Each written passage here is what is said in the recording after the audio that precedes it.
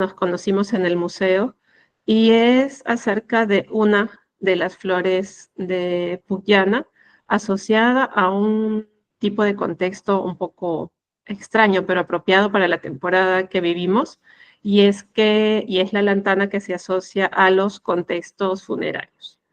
Entonces, si me permiten compartir la presentación para ilustrar un poco más de esto que les estoy hablando, voy para allá.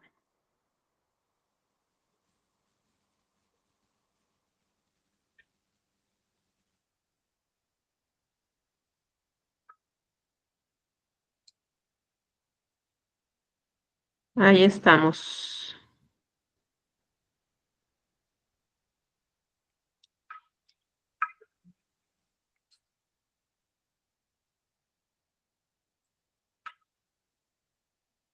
Precisamente esto que eh, embellece tan magníficamente esta primera diapositiva es una representación de las lantanas de Pucllana que forma parte de la exposición y que tan magníficamente plasmó Rocío.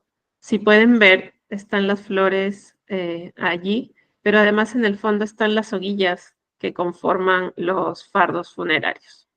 Vamos a ir un poquito entrando en el asunto. Para ponernos en contexto, la Huaca Pucllana forma parte del Museo de Sitio Pucllana, que está en el distrito de Miraflores, como seguramente ya conocen. En esta vista magnífica podemos ver la cercanía con el mar de Pucllana, uno de los recursos más importantes del centro ceremonial, no solo para la subsistencia de las poblaciones, sino para su cosmovisión. Es el mar y las representaciones marinas de sus animales, pero también de sus formas, la que prima en la iconografía Lima en general y de Pucllana en particular. El mar está apenas a 2 kilómetros del centro ceremonial, del sitio arqueológico. Actualmente, y por el avance urbano, está restringido a su mínima expresión. Gracias a que conservó la pirámide, ha subsistido, de hecho, pero se ha perdido, conserva la tercera parte de lo que fue el centro ceremonial originalmente.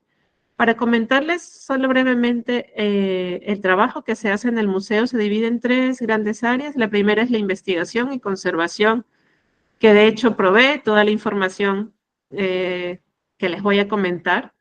El siguiente es la gestión de colecciones, en el que todos los bienes, tanto muebles como inmuebles que se recuperan a través de las excavaciones, son intervenidos y conservados para su preservación a largo plazo. Y en tercer lugar, y no menos importante, de hecho es la razón de ser de Pucllana como museo, es la interpretación y la promoción cultural. Es esta etapa del trabajo la que nos permite comunicar todo este contenido recobrado a través de la investigación y preservado a través de la gestión de colecciones. Pucllana es un centro ceremonial de la cultura Lima. Fue construido aproximadamente entre el 450 y 650 después de Cristo y está hecho enteramente con millones y millones de adobes fabricados a mano. Se trata de adobes de barro crudo. De allí el gran reto que supone su conservación, especialmente en épocas de cambio climático donde de repente llueve mucho, hay muchos vientos, hay muchos temblores. Entonces la conservación del monumento como tal es una de las actividades que consume gran parte de nuestro quehacer, pero es lo que necesitamos conservar y preservar para que esto sea sostenible. Luego de unos 150 años de abandonada Pucllana, y no solo Pucllana, sino varios centros ceremoniales de la cultura Lima contemporáneos, lo que encontramos aquí es entierros de características Wari. El patrón funerario conocido en Pucllana durante el uso del centro ceremonial es el patrón Lima tradicional, donde hay contextos extendidos, los cuerpos son depositados extendidos en camillas de cañas con sus ofrendas alrededor. Y el otro tipo de contexto son los sacrificios humanos, que ya suponen individuos arrojados durante el proceso de relleno y de renovación de estructuras. Sin embargo, en el Horizonte Medio y concretamente en Pugllana hacia el 800 después de Cristo, lo que encontramos es un cementerio de la época Wari en la cima de la Gran Pirámide, en lo más alto, que es la plataforma 6. No hay otro tipo de ocupación de características Wari en Pugllana, solo este gran cementerio. A diferencia del patrón que les narré antes, ahora los individuos aparecen sentados flexionados en posición fetal y dentro de grandes fardos conformados por muchas capas. Las ofrendas son magníficas. Hay entierros simples, hay entierros múltiples. Las ofrendas varían en uno y otro contexto, dando, por ejemplo, más preferencia a elementos de actividad pesquera. En otros entierros tenemos más elementos relacionados con el tejido y en algunos otros los bienes suntuarios son tan importantes que dan cuenta de individuos muy importantes también. Es una característica de estos contextos, además, la ofrenda de bebés, bebés pequeñitos y recién nacidos, ofrendados también en fardos y a veces en un número bastante importante al interior de una de las tumbas. Finalmente, como les comenté, en cuanto a la época Wari solo hay un cementerio, tenemos también evidencia de la época Ichma, la vuelta a las tradiciones locales luego de la caída del primer gran imperio andino. Y lo Ichma está representado por ofrendas a lo largo de todo el centro ceremonial, de vasijas, ofrendas de cabello humano, Micaela, un etcétera, comentario. pero también No se de están, un pequeño cementerio en la cima de la pirámide. Micaela, Sí, disculpa, no se están viendo las diapositivas. ¿no? No, estamos viendo solo Flore, la primera. Ahora sí. Lo pondré así en pequeñito, entonces. Sí, así está Sí, bien. Sí, ok, lo comparto así porque si lo amplío a lo mejor no salen. Entonces pasamos aquí. Eh, bueno, no han sido mayores. Quiero hablarles en esta ocasión, como les comenté antes, de la lantana. La lantana es una planta que encontramos en cualquier lugar. Es una planta que forma arbustos, algunos de ellos llegan a crecer bastante, incluso hasta 2 metros, y están en parques, en jardines. Es una planta oriunda de nuestra zona y de América Central y Sudamérica en general, sobre todo de las partes tropicales, pero actualmente se le encuentra en todo el mundo, tiene una adaptabilidad tanto a suelos como a climas grandísima, de allí su extensión tan grande, sobre todo como planta ornamental, pero es tanta su supervivencia y su fuerza que en regiones como Australia y Hawái ya se le considera una especie no solo invasora, sino que es nociva porque requiere simplemente la luz del sol, muy poquita agua para sobrevivir y se reproduce grandemente y tremendamente. Estas son unas de las que forman parte del actual Parque de Flora y Fauna del museo y en la actualidad la mayoría de lantanas que vemos son de estas dos especies, la lantana camara y la lantana montevidensis. En Pugllana tenemos la lantana camara, es la que forma arbustos y crece sobre todo hacia arriba, y la lantana montevidensis es más bien rastrera y con algún soporte puede llegar a formar tipo enredaderas. Es menos común. El color varía en ambas especies, pero sobre todo en la lantana camara, conocida también como banderilla española por los colores que van entre el amarillo y el color rojo. em, es la que predomina en, en parques, en jardines. Es una flor muy común que precisamente por ser tan cotidiana no llama demasiado la atención. Las flores son realmente pequeñitas y forman especies de racimos en ambas especies. En el Parque de Flora del museo, además de la lantana, conservamos otras especies botánicas relacionadas siempre con lo que hemos encontrado en las excavaciones. Están aquí sembradas, sin lugar a dudas, el algodón con sus hermosas flores amarillas y sus flores rojas. Tenemos el mastuerzo, las flores de la sábila, un poco más esquivas, pero que aparecen en alguna temporada del año, a diferencia de la lantana que la tenemos durante todo el año debido a su adaptabilidad. Tenemos también el airampo, la tuna, las hermosas flores lilas y moradas de la quinoa, que todo este conjunto sirvió de inspiración para uno de los grandes, hermosos cuadros de Rocío, que es este ramo que representa esa variedad del Parque Botánico de Pucllana y de sus especies florales. Aquí la lantana un poquito más de cerca, y es lo que les explicaba, son un conjunto de florecillas pequeñas que aparecen en racimos. ¿Cómo se relaciona esto con Pucllana? Pues a través de los contextos funerarios. El cementerio de la época Wari, en Pucllana, como les comenté, se ubica en la parte más alta de la pirámide. Aquí están distribuidos en Pucllana es una pirámide conformada por 7 plataformas sucesivas, es como se ve en la actualidad, siendo la más alta la sexta y la séptima, que va hacia el sur, es un poco más baja.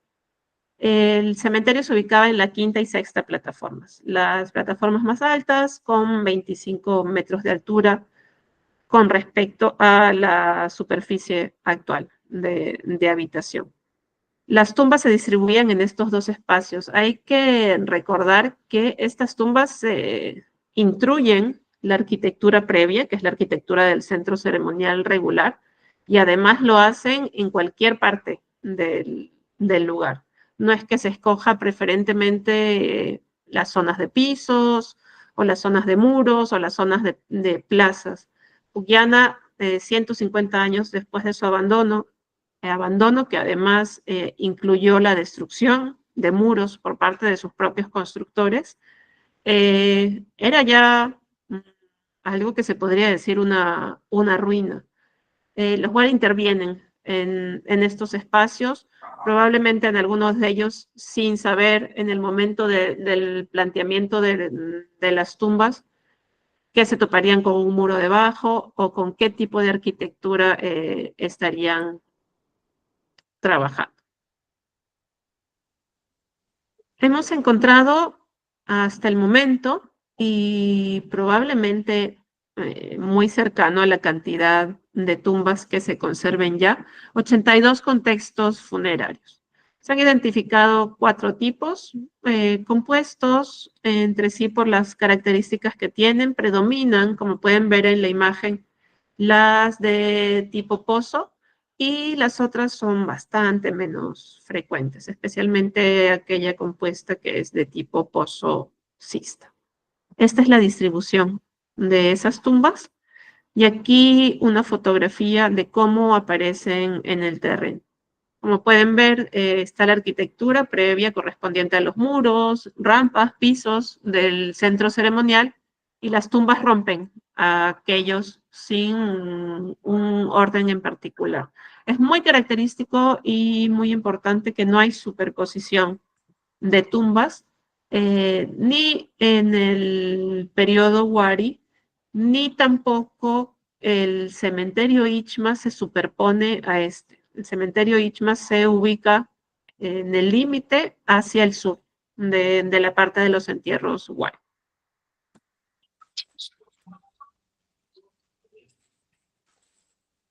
El fardo con el que voy a ejemplificar esta exposición fue excavado forma parte de un contexto que fue intervenido por la arqueóloga Gladys Paz durante la temporada 2013. Se trata de una tumba intacta y de un fardo intacto también, en el que la mayoría de los contextos funerarios de Pucllana, la gran mayoría, estaban muy alterados, totalmente alterados, o se conservaban solo las bases. Me encanta el pelo de Beatriz.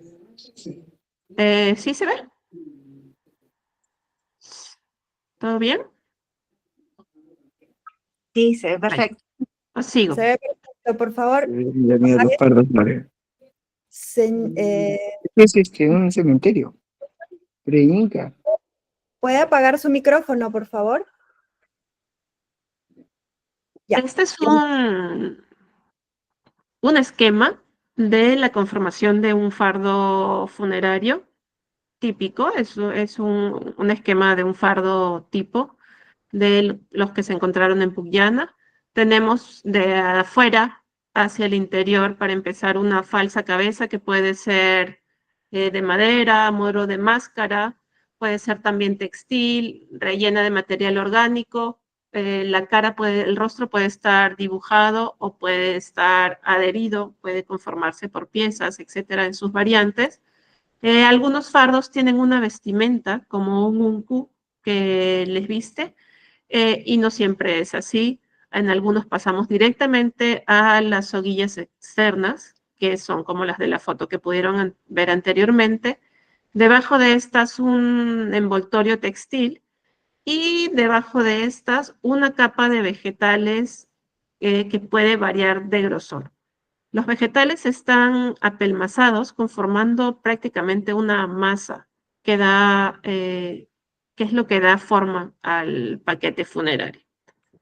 Luego está ya el paquete interno que rodea al cuerpo, que contiene unas nuevas soguillas, que son las que ya sostienen al individuo. Puede haber cuero de camélido envolviendo al cuerpo, y el individuo mismo con vestimenta o no, con objetos asociados internos, con ornamentos en uso, etcétera, que además está colocado sobre una base de una capa de ceniza que varía también de grosor.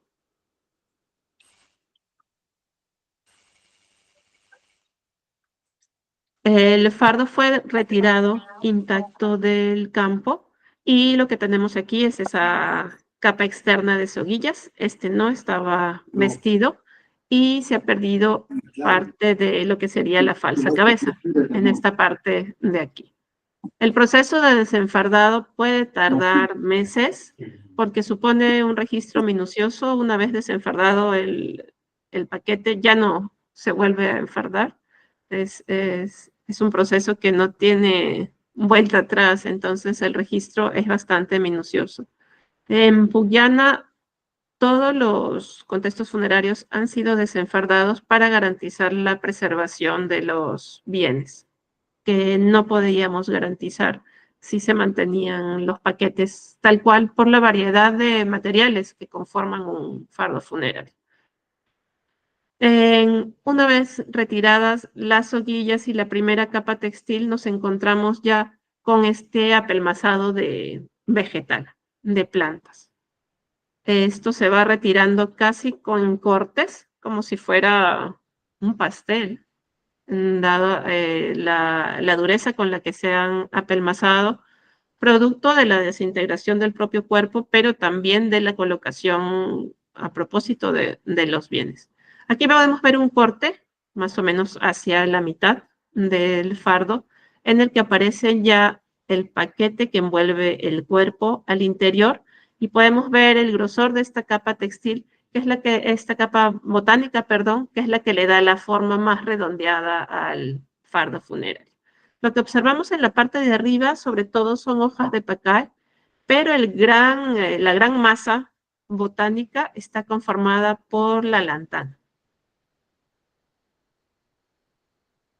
Aquí, cuando ya se ha retirado todo lo que es la capa botánica, tenemos un pellejo de camélido envolviendo a lo que es el cuerpo con una nueva capa de soguillas que garantiza su sujeción. Retirada la capa textil, está ya el individuo con la vestimenta y mantiene la posición con la que fue enterrado, que es la posición sentada, flexionada, a veces hiperflexionada. En este caso vemos las piernas y bueno, debido a la falta ya del paquete, el desenfardado requiere soportes para garantizar el registro y el mantenimiento de la posición anatómica de los huesos.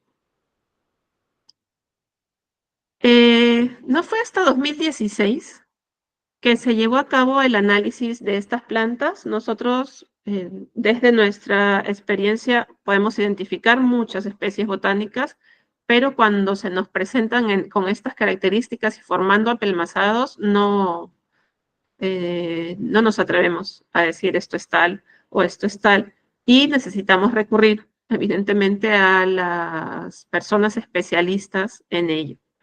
En este caso concreto de este fardo, nos ayudó con el análisis botánico un voluntario que se llama Fred Wheeler, que nos acompañó en Puyana por muchos años, y Fred se encargó de enviar las fotografías para garantizar la identificación a Estados Unidos a través del doctor Roger Sanders. Él identificó tanto en las hojas como en estos pedículos. Estos son los pedículos que sostienen el racimo de las florecitas de la lantana, que estaban abundantísimos en el fardo funerario, por lo que al momento de su colocación el colorido de estos debió ser muy evidente y muy bonito, seguramente también. Hay muy pocas personas, arqueólogas o arqueólogos, que se dediquen a los análisis botánicos, pero entre ellas Gabriela Bertone es una de las expertas que identificó lantana también en otros contextos funerarios de Puyana. También estos elementos, me van a perdonar todos los botánicos y botánicas, no si digo algún nombre que es errado, pero encontré estos elementos asociados a las partes de floración de la lantana. Entonces, no es que se cogían tallos y hojas, sino que había una dirección a escoger también las flores y a integrarlas en este proceso de elaboración de los fardos.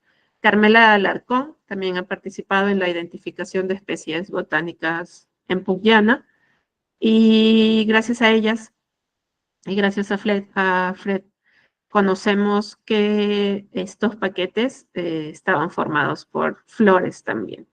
Esto lo estamos contando ahora a propósito de la llegada de Rocío y de Claire a la Huaca, que nos abrió y nos recordó este bonito descubrimiento que se realizó hace ya bastantes años, que en su momento nos emocionó mucho y empezamos a averiguar, porque también estaban las flores del pacae. Como les mostré al inicio, sobre todo las hojas forman parte superior del fardo, pero estaba el pacae también.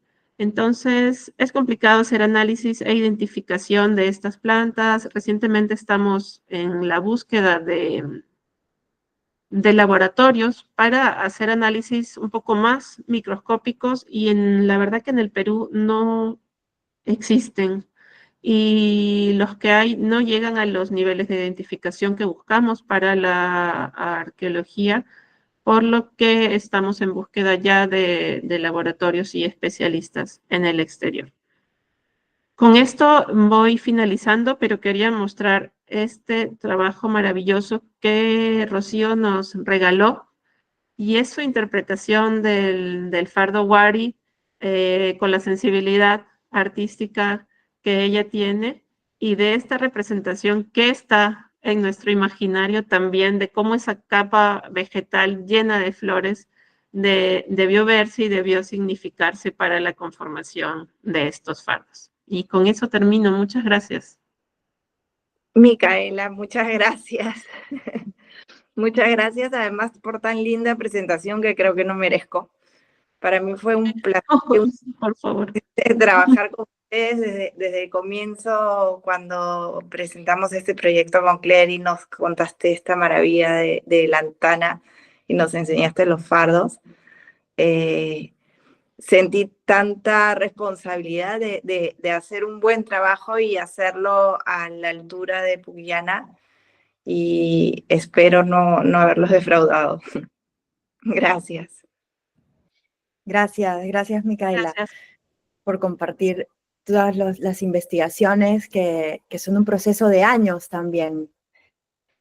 Y creo que no lo mencioné al inicio, esta exposición es un homenaje a la doctora Isabel Flores Espinosa, que entregó décadas de trabajo a la investigación arqueológica y a la conservación del patrimonio para el uso público.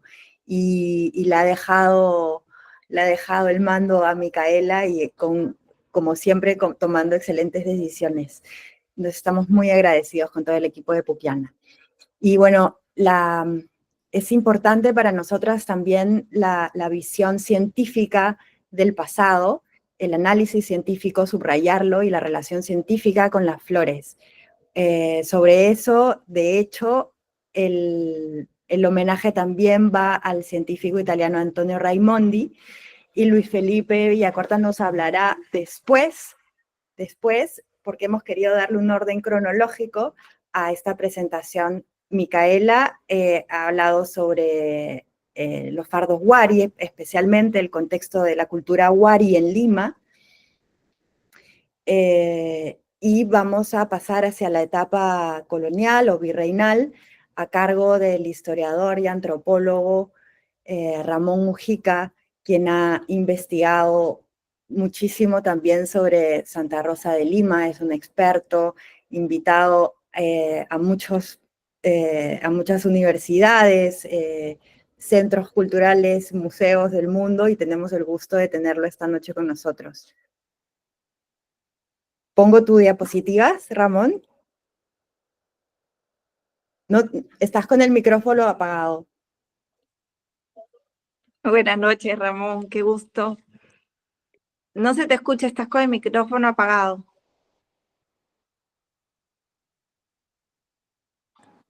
¿Ahora? Perfecto. ¡Ay, qué bueno! Bueno, ante todo, sumarme a las felicitaciones por la obra magnífica de Rocío Ponce, que he tenido oportunidad de verlas y estudiarlas, y el proyecto en sí, que ella ponga su sensibilidad artística al servicio de la ciencia y de la difusión de las flores peruanas, me parece una idea extraordinaria. Y bueno, mis agradecimientos a Claire y a Micaela Calvet por haber organizado esto y prestado un contexto tan maravilloso como puede ser esta huaca para una exhibición tan importante. Así como que se traza una continuidad entre el pasado prehispánico, el virreinal y el contemporáneo, que pocas veces se hace. Además, la propuesta en sí misma de identificar especies botánicas y evidenciar su, digamos, belleza visual no es algo frecuente en nuestro medio, y mucho menos que se recurra a la historia como se está haciendo ahora, y que se esté citando a Bernabé Cobo, a Raimondi, a Wiener, para analizar ese filón científico del estudio de las flores. También me parece un aporte interesantísimo. Me ha encantado particularmente el árbol genealógico del mestizaje, donde aparece la cantuta, la flor de lis y el clavel, y estaba revisando unos documentos esta mañana donde veía que la macapaicha o la corona imperial del Inca, sobre todo las coronas virreinales, tienen la flor cantuta, ¿ah? Lo mismo que la otra flor que se llama el yucchu, que son ambas flores prehispánicas, y que también aparecen, digamos, en los uncus y las casanas virreinales que usaba la nobleza inca. O sea que ya para el virreinato, digamos, las flores locales adquieren significados nobiliarios, simbólicos, morales, y que eso en sí mismo y es una suerte de sincretismo cultural.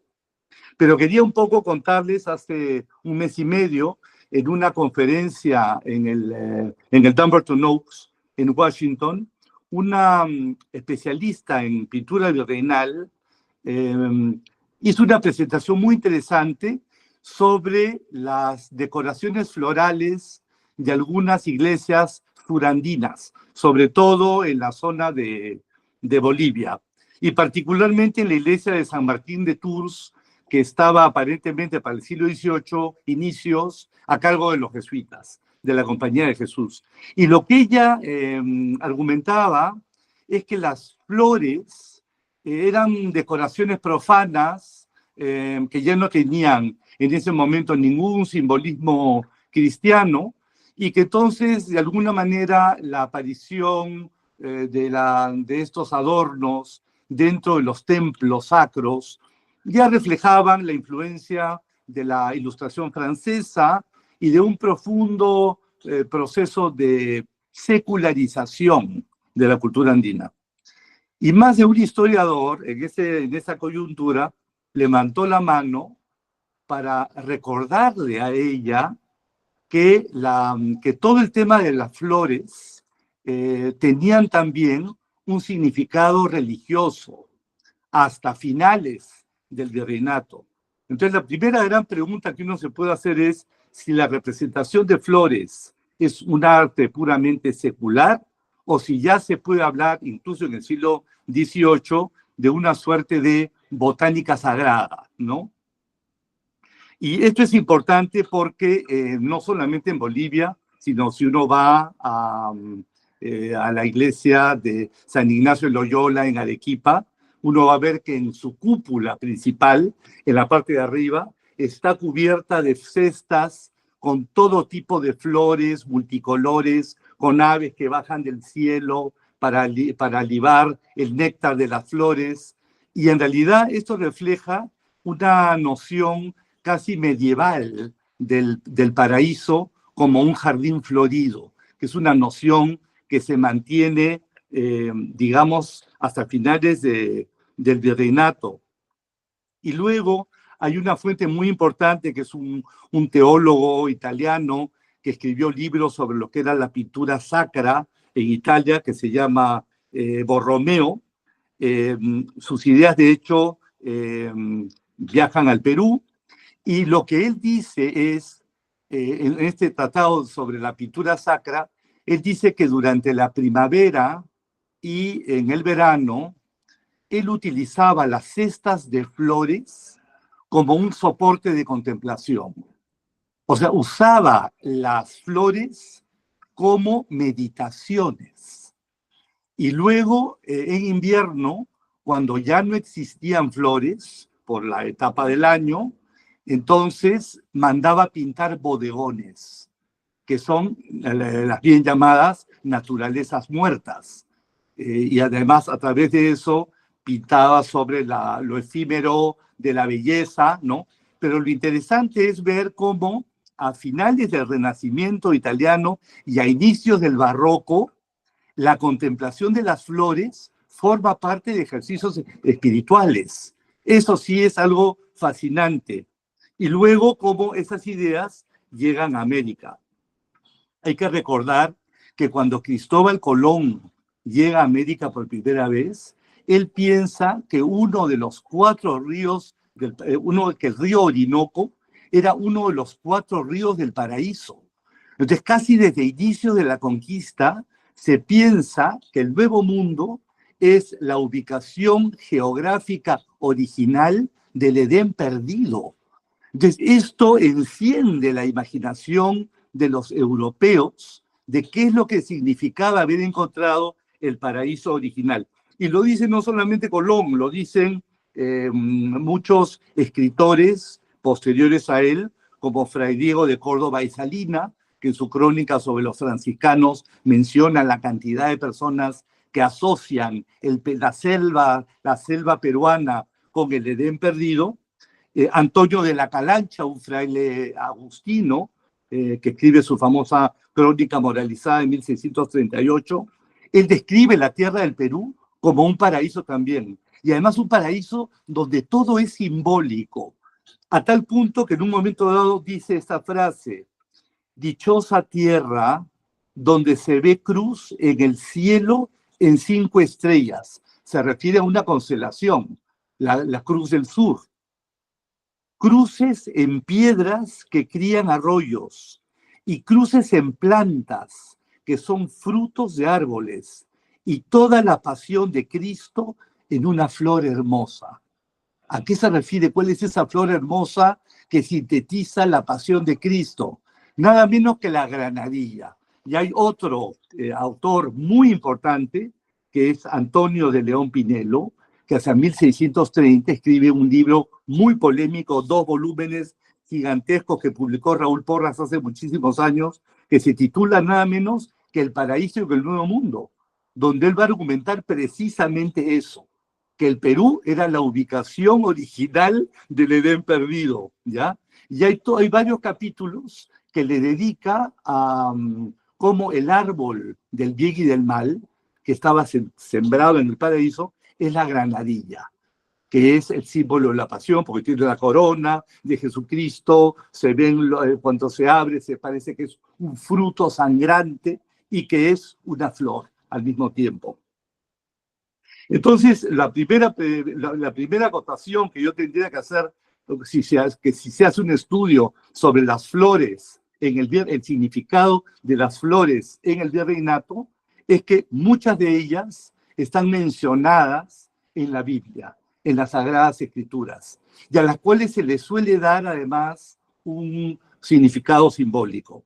Por ejemplo, en el famoso Cantar de los Cantares del rey Salomón, donde, bueno, ahí se habla de Salomón con todas sus mujeres, pero ya durante la Edad Media y durante el Renacimiento, los autores cristianos describen la relación del rey Salomón con sus mujeres como la relación del alma con Cristo.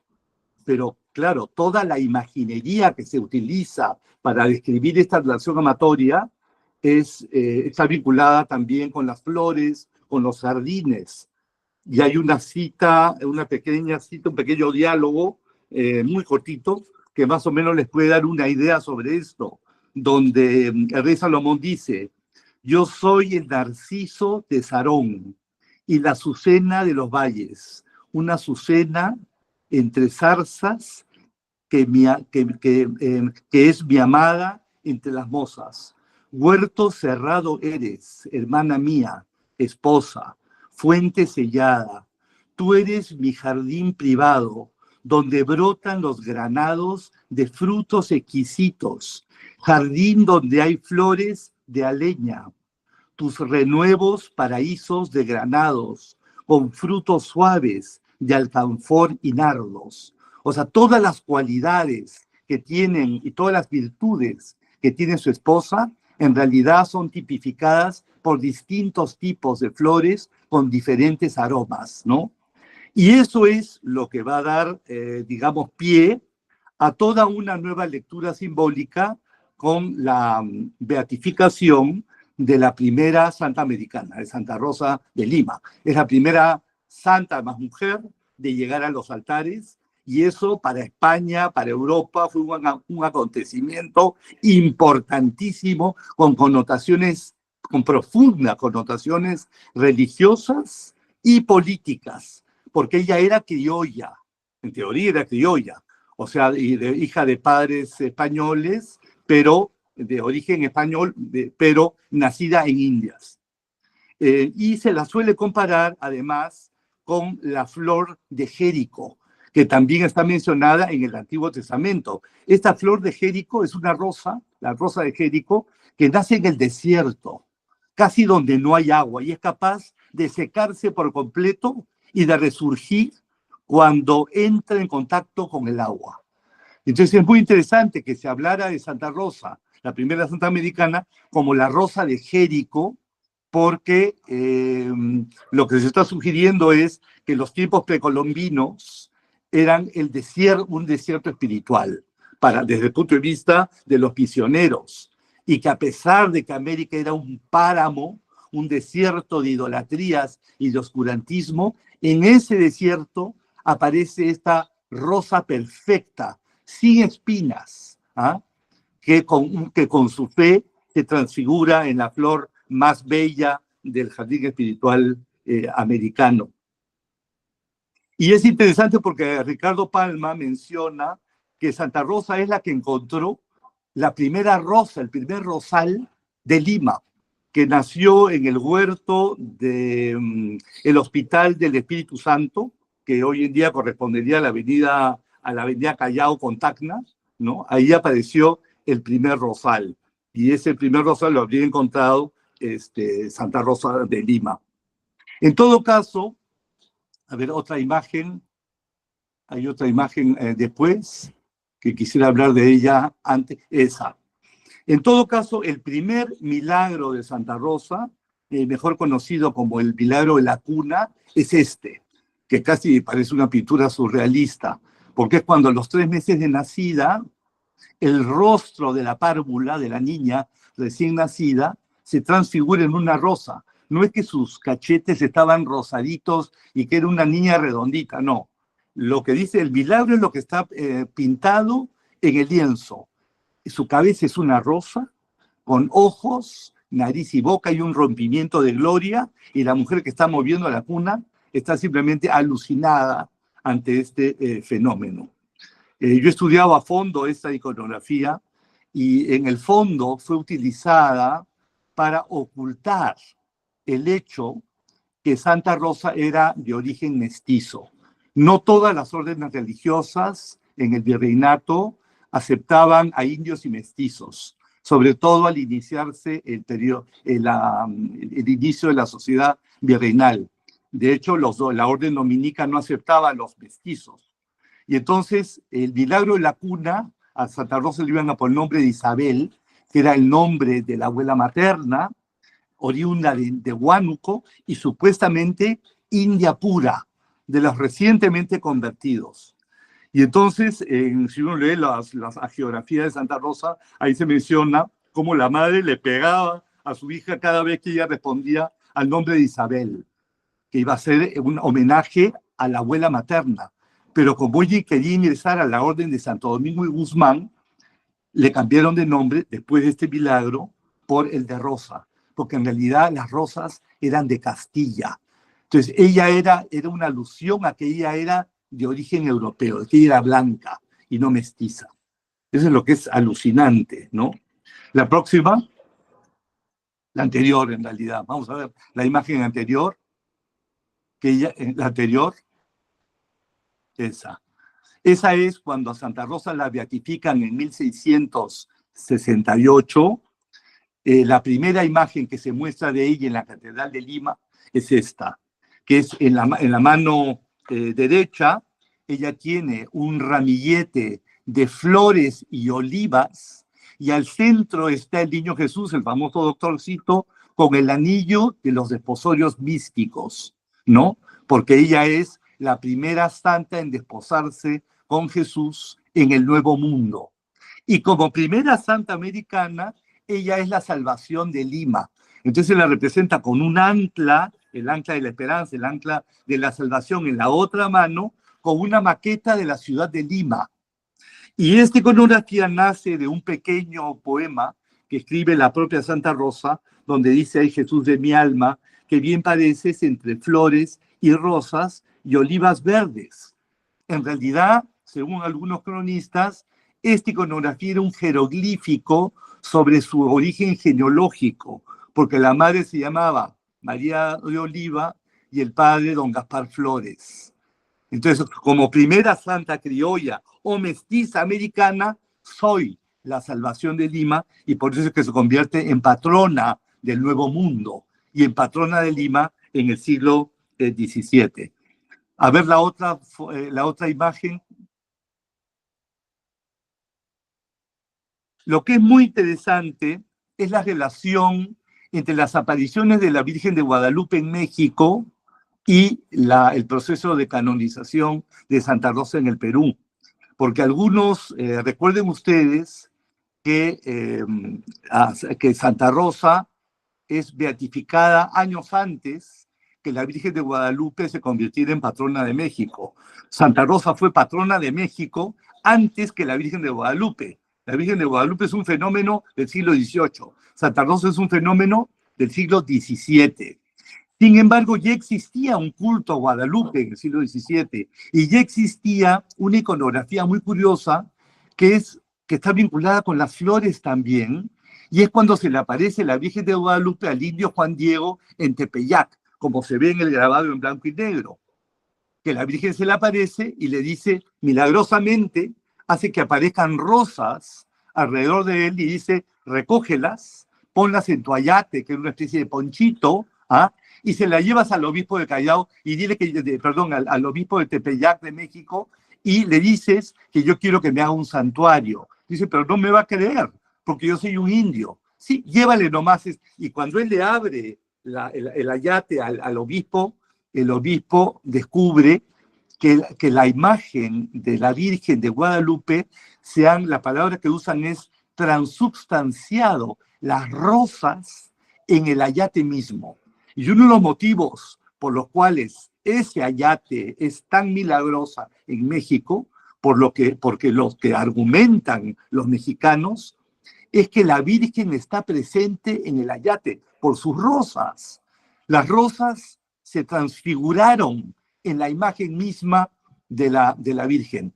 Entonces, lo interesante aquí es que también se la va a aparecer después a Santa Rosa, la Virgen del Rosario, van a aparecer igualito las rosas alrededor de ella, y Santa Rosa también las va a recoger en su hábito, ¿ah? Y les va a entregar incluso una de ellas al niño Jesús, como se ve en esta pintura virreinal, para significar su desposorio místico. Ahora, lo interesante es que Santa Rosa es beatificada en 1668. En 1670, ella ya es patrona del Nuevo Mundo y Filipinas, y la canonizan en 1671. Es decir, ella se convierte, es algo completamente inusual. Esta Rosa de Lima se convierte en patrona principal de todo el Nuevo Mundo antes de ser canonizada, ¿no? Eso es algo fascinante. A ver la próxima imagen. Bueno, este es un apunte en tinta que encontré en el Museo Lázaro Galdeano de Madrid.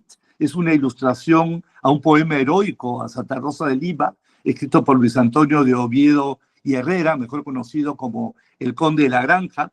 El dibujo es de 1697, pero el poema recién fue publicado en Madrid en 1711. Pero ¿por qué es interesante? Porque aparece ahí Santa Rosa conversando con Jesús Nazareno, y si miran bien al fondo, se ve cómo ha anclado el arca de Noé en el Callao. Además, Lima es una ciudad amurallada, y se ve el arca de Noé, y están descendiendo todos los animales del mundo, elefantes, tigres, que nunca han existido en el Perú, pero que refleja precisamente esta noción del Perú como un Edén perdido. Incluso se ven los 4 ríos del paraíso que alimentan las aguas del Callao, ¿no? Y la última, y ya con eso termino, este es un cuadro que está en Cusco, donde aparece el paraíso como un jardín de flores, un poco lo que le decía antes. Al centro está nada menos que Santa Catalina de Siena, es una santa italiana del siglo XIII, pero está con el birrete de académica del Seminario San Antonio Abad de Cusco, con una fuente maravillosa, con el perrito blanquinegro, porque dominico viene de dominicanes, los perros del Señor, y ella está invitando a Santa Rosa al paraíso, que es un paraíso de flores, es un huerto cerrado de flores. Entonces vemos cómo cómo en la pintura virreinal utiliza el imaginario del Cantar de los Cantares del rey Salomón, no solamente para expresar, digamos, el triunfo de la fe sobre las idolatrías indígenas, sino también para hablar de este simbolismo nupcial en donde las flores representan la relación de las almas con el bien amado. En este caso, representado por el ingreso de Rosa al Edén perdido que termina siendo aquí con Santa Catalina y como un lugar privilegiado nada menos que en el Cusco, aunque tiene la alberca, la fuente central, que es parecida a la ciudad de Lima. Entonces ahí en realidad hay una transposición de tiempos, de personajes que dialogan entre sí en estas pinturas que crean ficciones religiosas, pero en realidad para transmitir conocimientos religiosos y místicos. Y bueno, esto es un poco lo que quería decirles y nada, insistir en mis felicitaciones por esta linda muestra de arte y por esta oportunidad de hablar de todos estos temas que son tan interesantes. Ramón, gracias. Gracias para mí ha sido un honor y un gusto que además hayas aceptado nuestra invitación a participar en este conversatorio y realmente los conocimientos que nos puedes transmitir sobre historia y la flor y Santa Rosa son invalorables y podríamos quedarnos todo el día conversando. Así que queda pendiente una reunión para seguir hablando. Encantado, cuando quieran, encantado. Y felicitaciones por ese proyecto. Muchas gracias. Y gracias a Claire, que fue la visionaria de este conversatorio. Gracias, Ramón, extraordinario. Aunque has sido súper breve, la cantidad de información ha sido súper valiosa. Revisar, aunque sea como un apunte, la relación de las flores de Santa Rosa, de la santidad, de la relación con el catolicismo, con la expansión de ese discurso religioso hacia otros territorios que superen Lima, que superen el Perú, que lleguen a las Filipinas, como bien lo has anotado. Sí. Es fantástico, ¿no? Es fantástico. Y es una flor introducida, ¿no? No es una flor nativa. Exacto, es una flor peruana asociada con el nacimiento de una conciencia criollista. Sí, y no quiero dejar de mencionar que la presencia de Rosa en la obra de Rocío se da en relación hay un salto histórico que es muy importante porque se junta con otro personaje heroico, muy valioso, el peruano del milenio, que es el almirante Miguel Grau. Miguel Grau viaja con una estampita de Santa Rosa. Sí, entonces, claro, y que la guardan en el santuario de Santa Rosa y que tiene hasta perforaciones de bala. Exactamente, claro, es no es papel, es metal, ¿no? Sí, entonces eso es muy bonito, ¿no? Ese sincretismo cultural y muy interesante. En fin, hay mucho por hablar y tenemos que ser breves. Muchas gracias nuevamente, Ramón. No, a ustedes por la invitación, un gran honor. Gracias. Y de la fe pasamos a la ciencia en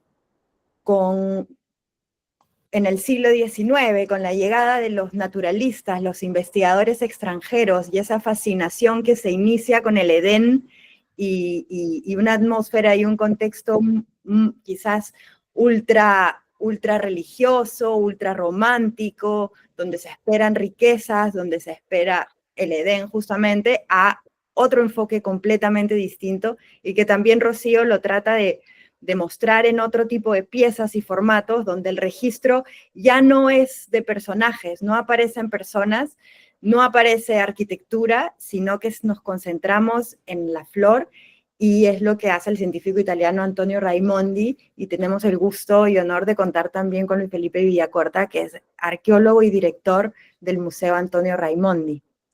Bienvenido.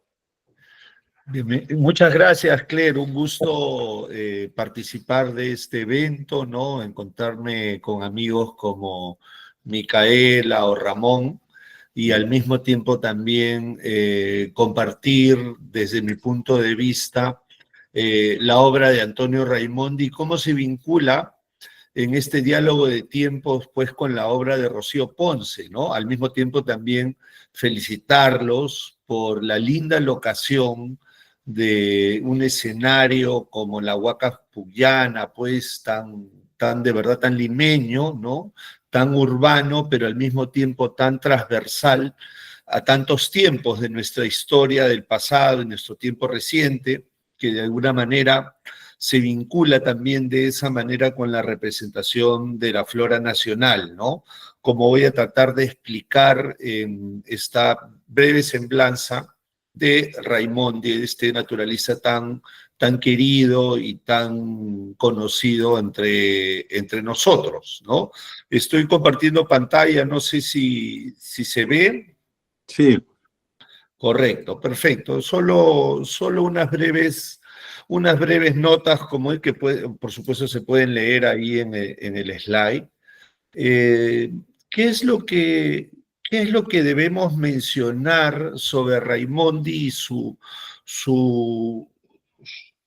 desempeño como naturalista, por supuesto, y sus orígenes? Raimondi, como todos bien sabemos, es un italiano, nace en Milán cuando Italia era un anhelo, no existía como república, pero lo interesante de Raimondi es, por supuesto, el contexto de la Milán de mediados del siglo XIX, de finales de la primera mitad del siglo XIX, donde él se forma como naturalista. Él forma parte de una sociedad que de alguna manera es el epicentro de la burguesía italiana en nuestro país, y en Italia, perdón, y es una ciudad que en el siglo XIX está absolutamente remodelada y vive digamos, una eclosión de instituciones científicas y de reformas educativas de la que él forma parte, irónicamente, que contribuyen a su formación de autodidacta, porque él no está vinculado directamente a ninguna de estas organizaciones, por más irónico o contradictorio que eventualmente pueda parecer esta afirmación. Y lo explico en lo siguiente. Hacia 1938 se funda el Museo Cívico de Historia Natural de Milán. Un año después se forma el Instituto de Artes y Oficios.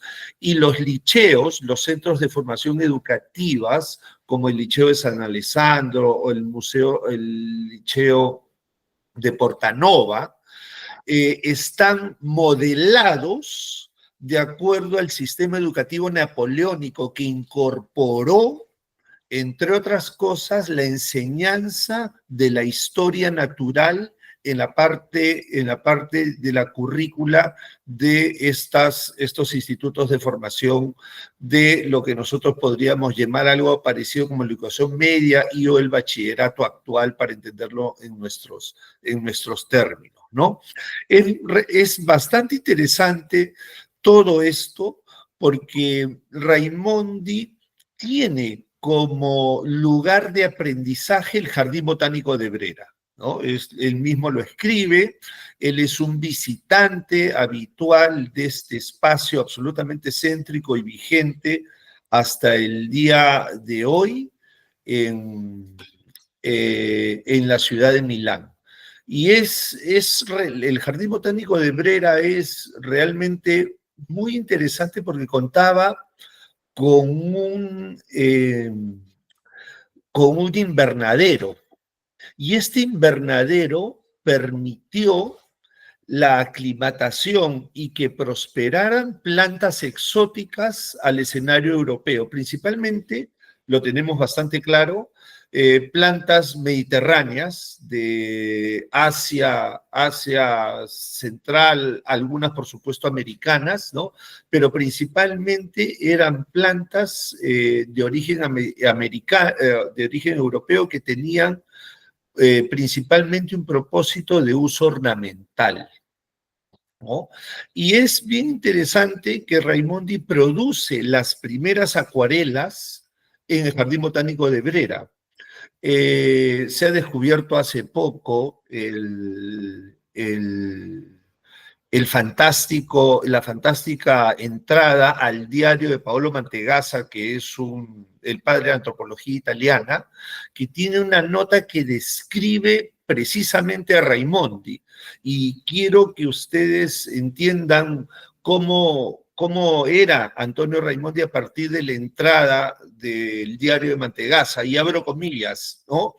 Y Paolo Mantegazza inicia su descripción de cuándo conoce a Raimondi en Milán de esta manera, abro comillas: hoy conocí al hijo de un pastelero, ha estudiado solo historia natural, ha dibujado más de 1500 plantas, hace ensayos químicos, hace taxidermia, tiene una colección fantástica de conchas y minerales, se llama Antonio Raimondi. Salí avergonzado de mis conocimientos, cierro comillas, ¿no? Entonces, esto es bien interesante por un doble motivo. Confirma que Raimondi era un personaje que se había hecho solo, que era absolutamente periférico al círculo académico milanés, ¿no?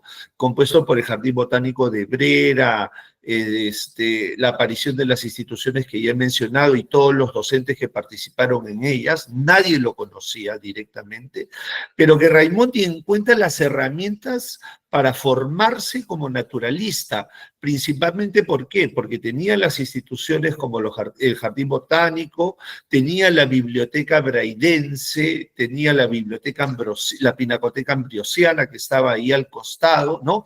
Pero también Raimondi es hijo de la época de los manuales. En este tiempo en Europa, junto con la aparición de los liceos, existían los manuales para enseñanza aplicada de las ciencias. Es decir, existían los manuales de química, los manuales de zoología, los manuales de taxidermia, de entomología y, por supuesto, los manuales de botánica. Esos manuales de botánica permitían fundamentalmente dos cosas: estar absolutamente, digamos, familiarizado con las metodologías y, por supuesto, las diversas propuestas de clasificaciones botánicas que existían a la época, por supuesto, el método liliano a la cabeza, y en segundo término, la aplicación práctica de las plantas para los beneficios terapéuticos, industriales y, por supuesto, como plantas alimenticias de las diversas especies botánicas conocidas para la época. Entonces, todo esto permitió a Raimondi arroparse de un bagaje de conocimientos que después va a aplicar en nuestro país como naturalista. No quiero extenderme tanto, pero no sé si se ve la siguiente lámina. Digamos, perdón, ya sé cómo avanzar. Ahí está, ¿no? Entonces, ¿qué es un naturalista? ¿Qué es un naturalista? Es una persona que, por supuesto, tiene como propósito identificar, ordenar y clasificar. Entonces, en la imagen que nosotros estamos viendo, apreciamos el dibujo de una acuarela de Raimondi, la realización de una acuarela de Raimondi. Vemos inmediatamente a su derecha la planta seca de la misma especie y más a la derecha aún la etiqueta de campo. Esta es una iridácea, es una planta que Raimondi dibuja en las lomas de Atiquipa en 1863, y lo que nosotros estamos viendo es la secuencia in situ de campo de registro y clasificación taxonómica de esta especie. Es decir, Raimondi, como en todo lo que hacía durante sus viajes, practica una metodología determinativa, es decir, in situ organiza, clasifica y ordena las diversas expresiones de la naturaleza nacional, distinguiendo, como hacía Humboldt, ¿no?, entre el mundo orgánico e inorgánico, y especialmente vehicular para la caracterización de la vida en el territorio nacional son sus plantas, que conformaron sus colecciones más extensas. Solo el herbario de Raimondi superó las 20.000 especies botánicas, ¿no? Entonces, acá tenemos otro rasgo que también es especialmente revelador. En este siguiente slide que estoy compartiendo, no sé si lo ven, ¿no? Aquí, claro, que es el verismo de la representación gráfica de Raimondi, ¿no? Esta es una especie que se juzgaba desaparecida hasta hace unos años, y el cernam, una especie de orquídea de las lomas de Asia, y que el cernam redescubrió hace muy poco tiempo en las lomas de Asia al sur, y gracias, entre otras fuentes de información, por supuesto, a una de las acuarelas que se conservan de Raimondi en nuestro museo. Entonces, acá podemos ver también que la estética de Raimondi es básicamente la estética de la naturaleza, y su propósito es representar lo más fielmente posible la especie botánica, utilizando para esto la técnica gráfica de la acuarela. Entonces, lo que hace Raimondi acá es representar cada uno de los elementos fundamentales de la biología vegetal, e incluso, como podemos apreciar acá en estas otras vistas, en el caso de las especies que tienen plantas, podemos ver también las especies que tienen flores, disculpen, los dibujos de disección de las flores en la parte inferior. Estos dibujos de disección permitían reconocer género y especie a partir de la identificación de los órganos sexuales de la planta, es decir, pistilos, ovarios, estambres y demás son aquellos que permitían al sabio organizar y clasificar estas especies botánicas. Lo que quiere, estas acuarelas, las que nosotros estamos apreciando en este momento, son pintadas en el campo, es decir, realizaciones gráficas que Raimondi logró durante sus itinerarios científicos y en condiciones especialmente particulares y, por supuesto, incluso sacrificadas de aislamiento, cansado, con frío, con calor, picado por insectos, ¿no? Con hambre, entre otros factores. Entonces, lo que yo quiero recalcar es, digamos, que para que el naturalista haya logrado él mismo estas realizaciones, su capacidad de abstracción y de concentración en un momento, en un trabajo en realidad, en el que siempre estaba tomando rumbos distintos para conocer distintas partes de la geografía nacional.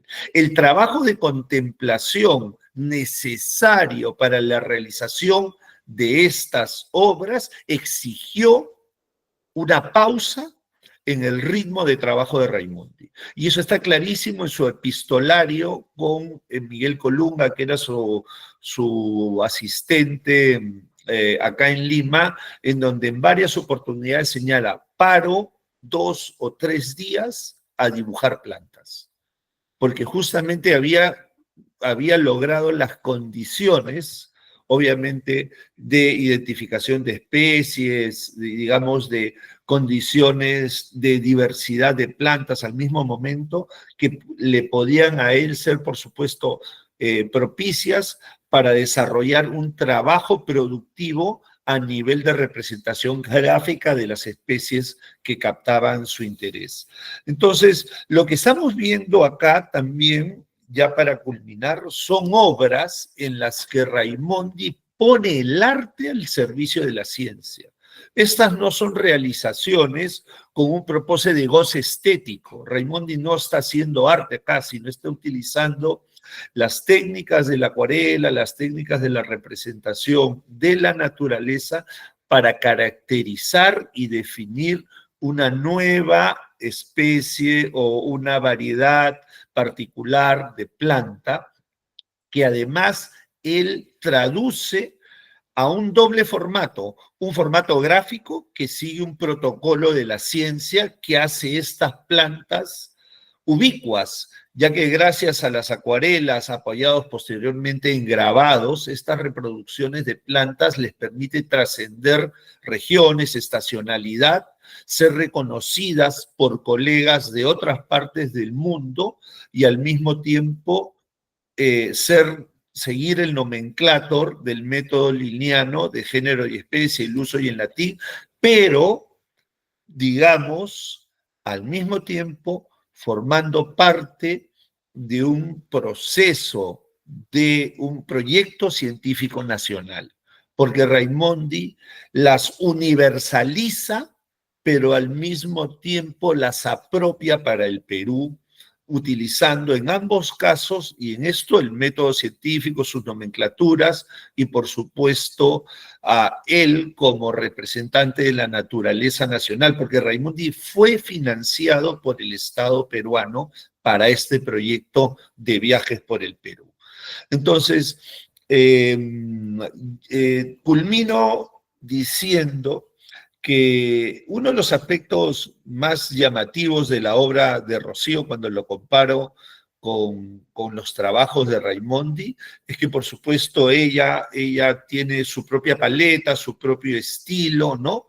Pero este propósito de contemplación de la naturaleza, donde las plantas acompañan tan bien al hombre y a la civilización que ha creado, porque justamente crecen, se reproducen y mueren, dan fruto y mueren de la misma manera como la especie humana. Por eso las analogías, en un momento de lo que hablaba Ramón, de las plantas con la vida humana son tan profundas y tan al mismo tiempo reveladoras o, digamos, fáciles de entender para los auditorios de distintas culturas en distintas épocas, son iguales de significativas. Entonces, el ciclo de la vida de las plantas se asemeja al ciclo de vida de las personas y, por supuesto, de las sociedades que le dan un sentido y un significado. Rocío reinterpreta a su manera, ¿no? Utilizando, partiendo de algo parecido al método científico que inicia con la observación y la descripción a su manera, la flora nativa o la flora cosmopolita que vive en el Perú y la pone en un escenario, la pone en sus términos, en sus códigos gráficos, por supuesto, de una manera original y al mismo tiempo fantástica y que hoy nos toca disfrutar en la Huaca-Puyana. Muchísimas gracias por su atención. Muchísimas gracias a ti, Luis Felipe. Realmente, gracias a todos. Qué lujo de invitados y creo que no merezco tanto.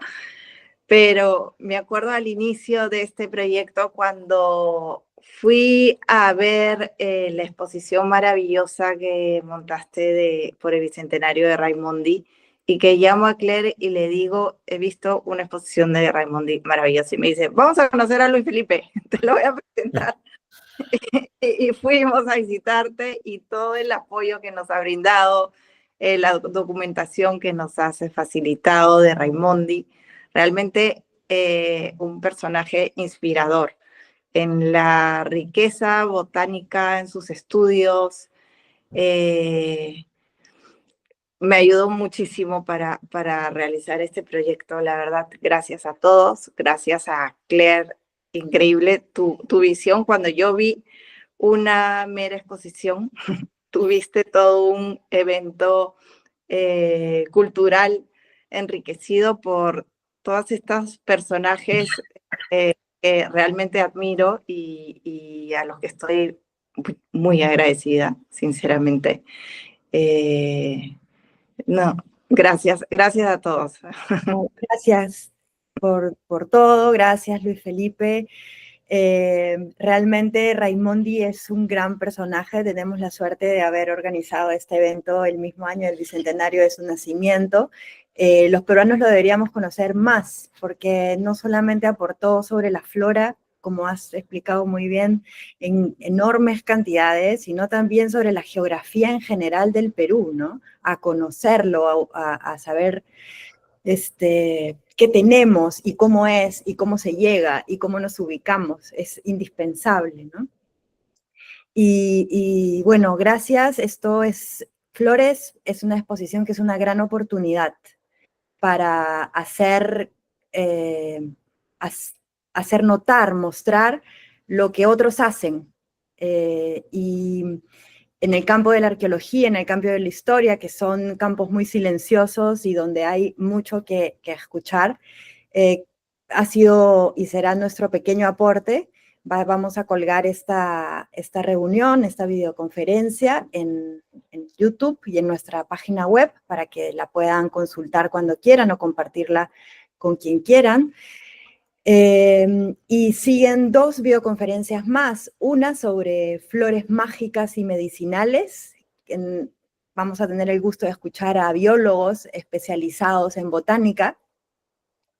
Y vamos a descubrir también un mundo que es fascinante, que tiene que ver con los conocimientos y aplicaciones de las flores, no solo en ceremonias y rituales, que creo que podría ser lo más conocido, ¿no? Está obviamente el San Pedro, pero también en temas médicos, en el uso de aceites corporales, la lantana que estuvo comentando Micaela, hallada en un fardo wari, se utiliza ahora en aceites de manera terapéutica y que es muy poco conocida, y en los hospitales, en el Ministerio de Salud, tiene un área que podría quizás desarrollarse más sobre este tema, que es muy interesante y veremos. Y por último, vamos a tener una videoconferencia el día que vamos a publicar el día 14 de noviembre, sobre iniciativas de conservación, donde vamos a conocer también el aporte de conservacionistas para áreas de lomas, áreas de ecosistemas frágiles de lomas, donde hay una gran diversidad de flora endémica. Toda esa información está en la página web, que es www.floresdelima.com, y estamos en redes. Para cualquier información adicional nos contactan, por favor. Mil gracias por su presencia, mil gracias nuevamente Luis Felipe, Ramón y Micaela. Gracias Rocío también por haber creado esta situación de encuentro entre todos. Gracias. Gracias, Claire. Gracias. Rosy. Las caras Gracias. maravillosas. Felipe. Gracias. Chao, Un gusto. Chao, chao, buenas noches. Gracias. Gracias, Ramón. Gracias a todos.